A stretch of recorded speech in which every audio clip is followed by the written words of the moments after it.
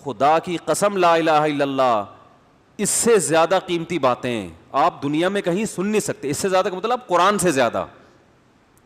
میرے بیان کرنے میں غلطی ہو سکتی ہے لیکن قرآن کی دعوت سے بڑھ کر دنیا میں کوئی دعوت ہے نہیں, چاہے میں ہوں یا کوئی بھی عالم ہو. اگر وہ قرآن کو ڈیفائن کر رہا ہے, اگر وہ دین کو ڈیفائن کر رہا ہے, تو اس کا مطلب وہ آپ کو آپ کا مقصد حیات بتا رہا ہے. یہ چیز گوروں کے پاس نہیں ہے. ابھی تھوڑی دیر پہلے 7:37 پہ کیوں اٹھاؤں, 7:15 بجے وہ انگریز خاتون آئی تھی جنہوں نے اسلام قبول کیا ہے, تو ان کو کلمہ پڑھانا وغیرہ وغیرہ ہوتے ہوتے 7:35 ہو گئے. اب مجھے بھاگنے کی جلدی تھی. اب میں تو نہیں یہ کر سکتا تھا نا ان کو بول دوں کہ بعد میں آئیں, وہ بیچاری اسلام قبول کرنے آئی ہے. تو وہ 7:37 پہ وہاں سے اٹھاؤں میں. تو اب مجھے ایک بات بتاؤ, یہ واقعات میں جو بیان کر دیتا ہوں نا, وہ فلاں مسلمان ہوئی یہ اپریشیٹ کرنے کے لیے. اب مجھے ایک بات بتاؤ, ایک گوری وہ ایک مولوی کے پاس آ کے اسلام قبول کر رہی ہے, دعوت اس کو کسی اور نے دی ہے, میں نے نہیں دی دعوت, میرے تو پاس آ کے صرف کلمہ پڑھا ہے اس نے, دعوت اس کو جو بھی محرک ہے وہ تو کوئی اور ہے, یا خود اس نے اسٹڈی کی ہوگی, مجھے نہیں پتا وہ کیوں ہوئی, اس کی ریزن مجھے معلوم نہیں ہے. اس نے خود اسلام کا مطالعہ کیا یا یہ کہ اس نے کسی نے تبلیغ کی, یہ مجھے تفصیل معلوم نہیں ہے, میرے پاس ٹائم بھی کم تھا تو میں زیادہ ڈیٹیل میں گیا نہیں. لیکن ایک بات میں آپ سے لوگوں سے پوچھتا ہوں, یار آپ کے پاس دنیا میں کوئی ایسی چیز ہے جو گورا آپ سے لینے کے لیے آئے؟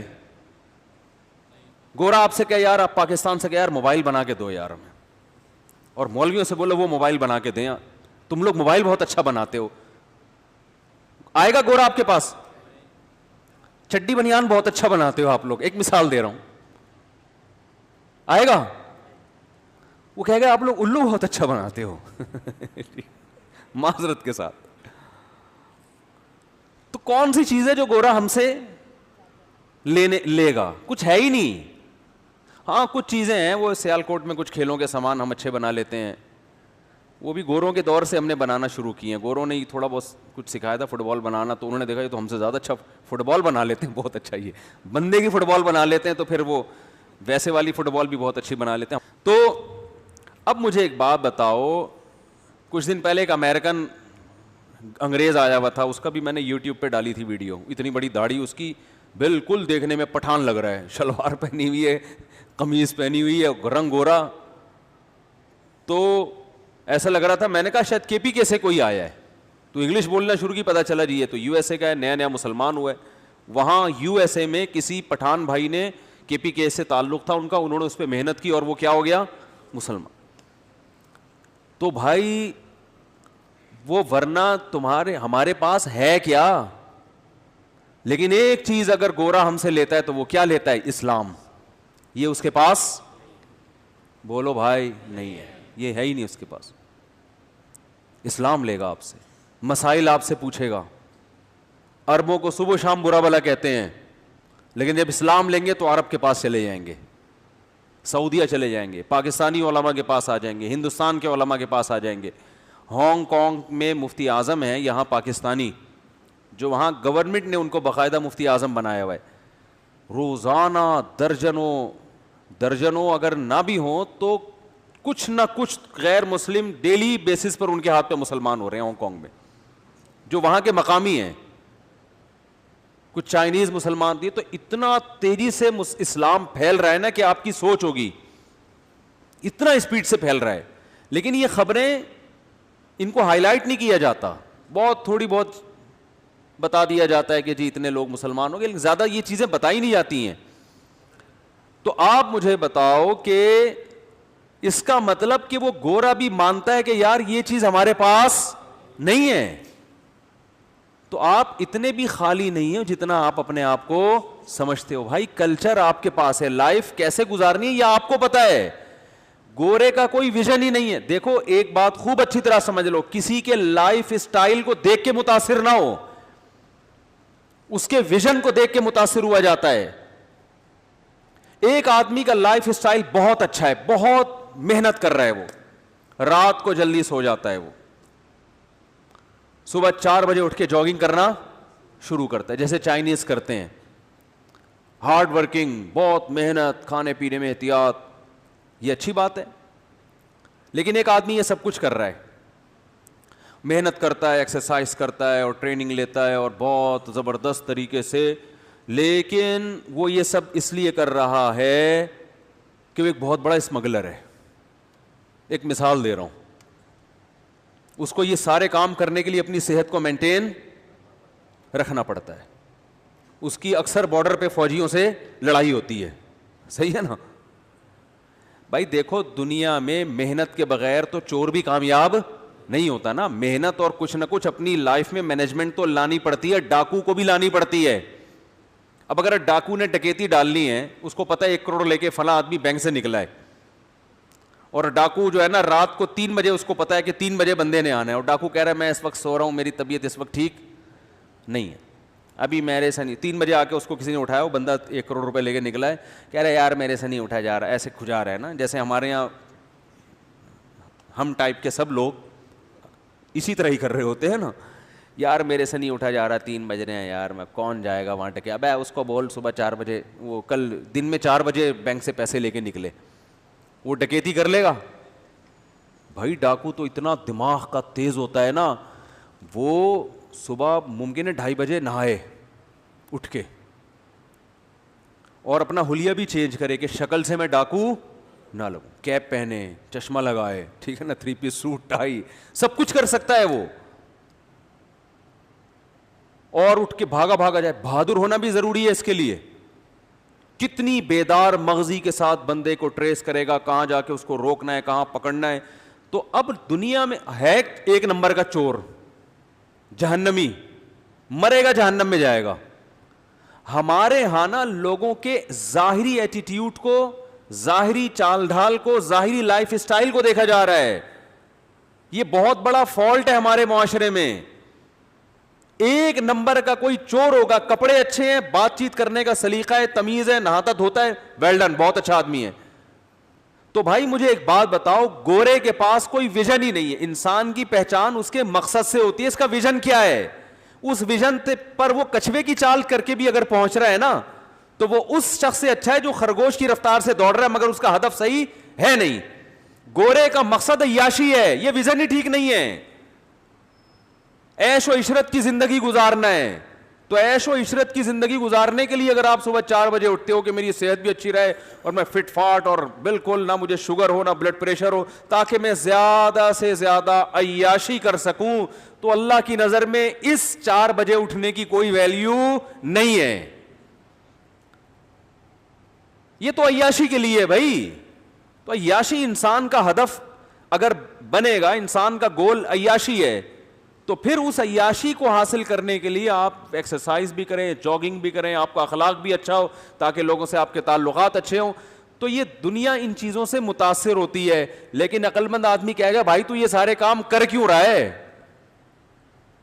کر کیوں رہا ہے تو یہ سارے کام, پہلے وجہ تو بتا. ریزن اگر صحیح نہیں ہوگی تو یہ قابل احترام نہیں ہے. اور ایک آدمی کا ہدف صحیح ہے لیکن اس ہدف تک پہنچنے کے لیے اسٹائل ٹھیک نہیں ہے, اس کا اسٹائل ٹھیک نہیں ہے.